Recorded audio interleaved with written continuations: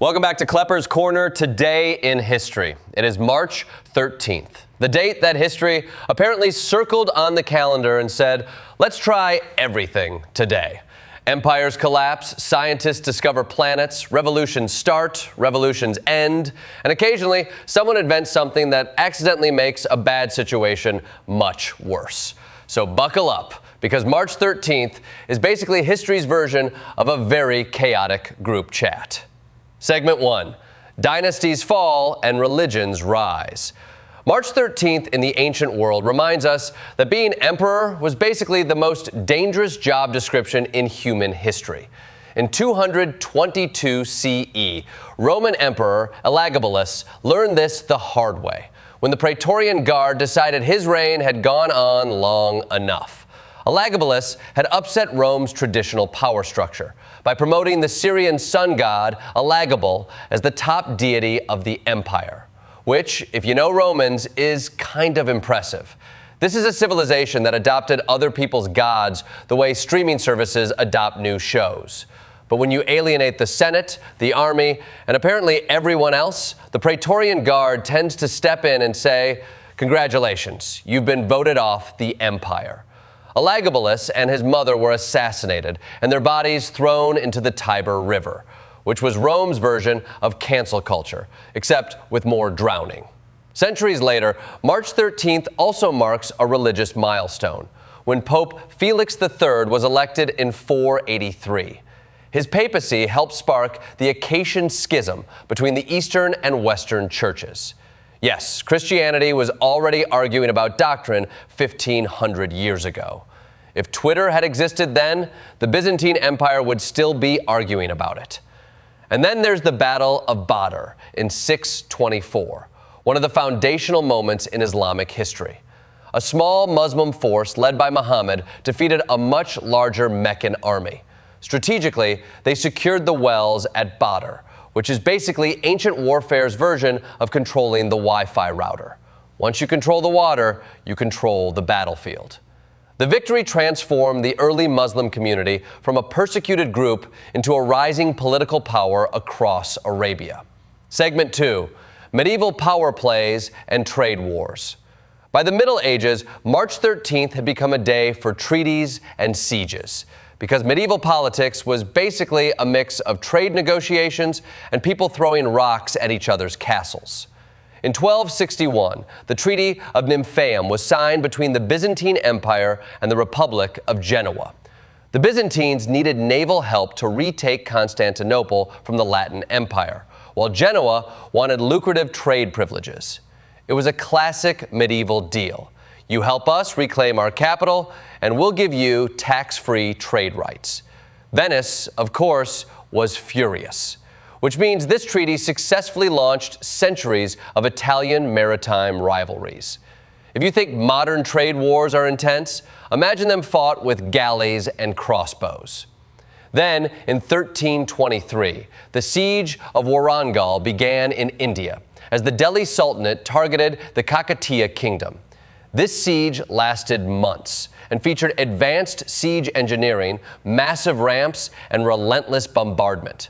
Eventually, the city fell, the kingdom collapsed, and the region was absorbed into the Sultanate, which is history's reminder that sometimes geopolitics is just who has the bigger siege equipment. Segment 3. Gunpowder and telescopes change everything. March 13th also marks moments when new technology completely rewrote the rules of civilization. In 1591, the Battle of Tondibi demonstrated what happens when gunpowder meets traditional armies. The Moroccan forces invading the Songhai Empire had firearms and cannons. Songhai had tens of thousands of soldiers with spears and cavalry. That technological mismatch ended the empire almost overnight. Songhai attempted to charge the Moroccans with a herd of cattle to break their lines, which sounds creative until the gunfire frightened the cattle and they stampeded back into the Songhai army. History sometimes feels like a tragic lesson in unintended consequences. Just a few years later, in 1610, Galileo published Sidereus Nuncius, or Starry Messenger. Using a telescope, he revealed that the moon had mountains and that Jupiter had moons orbiting it. This was revolutionary because it meant Earth wasn't the center of everything, which, as it turns out, was not great news for people who had built their entire worldview around the opposite idea. Galileo basically looked through a telescope and said, "Hey, the universe is bigger than we thought." The church responded with the intellectual equivalent of, "Please stop looking through that telescope." Segment 4, expanding worlds and revolutionary ideas. March 13th also played a role in expanding humanity's understanding of both the cosmos and political rights. In 1781, William Herschel discovered Uranus.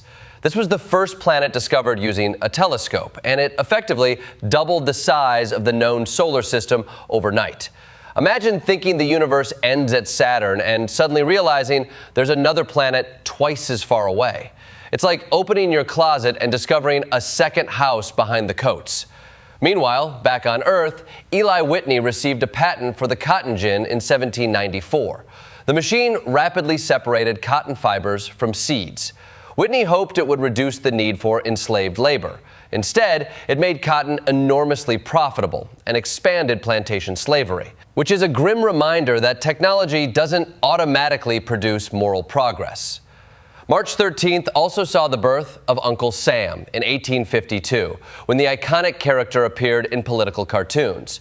Suddenly, the United States had a national mascot who looked like a stern uncle who wanted you to enlist in the army and maybe mow his lawn afterward. Segment 5, Revolution, Reform, and Reaction.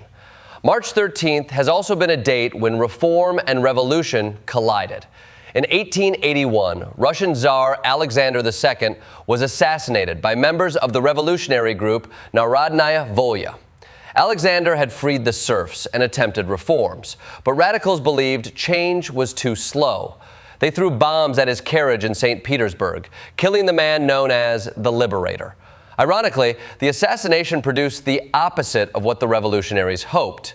Instead of reform, Russia entered a period of harsh authoritarian rule under Alexander III. It turns out political violence tends to make governments less relaxed, not more. That same century also saw a massive natural disaster when Ritter Island collapsed in 1888, generating a tsunami that killed thousands across the Pacific Islands. The event remains a key case study for scientists studying landslide-generated tsunamis.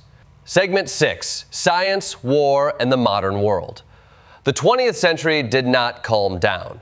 In 1925, Tennessee passed the Butler Act, banning the teaching of evolution in public schools. This led to the famous Scopes monkey trial, where science and religious fundamentalism basically held a courtroom debate about human origins. The trial was broadcast on radio, meaning America got to listen live as lawyers argued about Darwin and monkeys. In 1930, Pluto was officially announced as a new planet. Later, it was demoted to dwarf planet status, proving that even celestial bodies can get downgraded.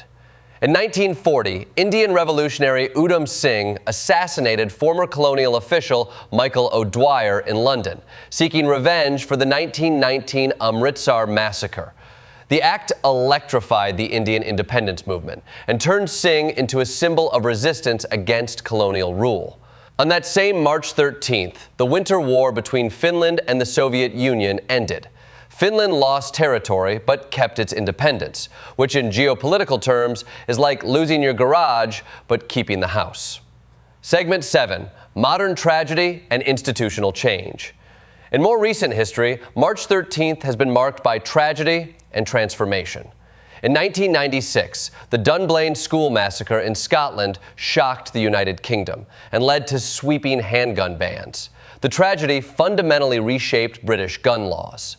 In 2012, the Encyclopedia Britannica ended its printed edition after 244 years, finally acknowledging that the internet had won the information war. Which means the world's most trusted encyclopedia basically looked at Wikipedia and said, "Fine, you take it from here."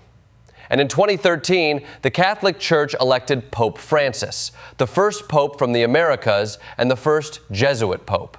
His election reflected a shift in the global center of Catholicism, away from Europe toward Latin America and the global South. Finally, on March 13, 2020, two events collided in modern American history. The United States declared a national emergency as COVID-19 spread across the globe. And the death of Breonna Taylor became a flashpoint for nationwide protests demanding police reform.